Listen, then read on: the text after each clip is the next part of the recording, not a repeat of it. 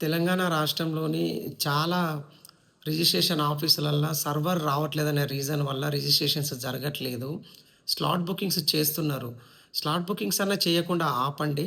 Slot bookings చేయడం వల్ల registration జరుగుతుంది గదా! అని చెప్పేసి జనాలు దూర ప్రాంతాల నుంచి ప్రయాణం జేసి వాళ్ళ డబ్బులు ఖర్చు చేసుకొని, ఎంతో కష్టాలు పడి జనాలు ఆఫీసులలోకొచ్చి పొద్దున్నుంచి సాయంత్రం దాకా వెయిట్ చేస్తున్నారు.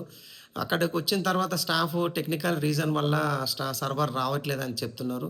ఈ సాంకేతిక పరిజ్ఞానం జనాలకు ఉండదు కాబట్టి, సంబంధిత అధికారులు, సంబంధిత ఐటీ శాఖ సిబ్బంది రూట్ కాజ్ ఏంటి అని కనుక్కొని, పర్మనెంట్ సొల్యూషన్ చూయించాలని ప్రజా వెలుగు పార్టీ ప్రజలందరి వైపు నుంచి మన ఐటీ శాఖ మంత్రి గారిని కోరుతా ఉన్నది.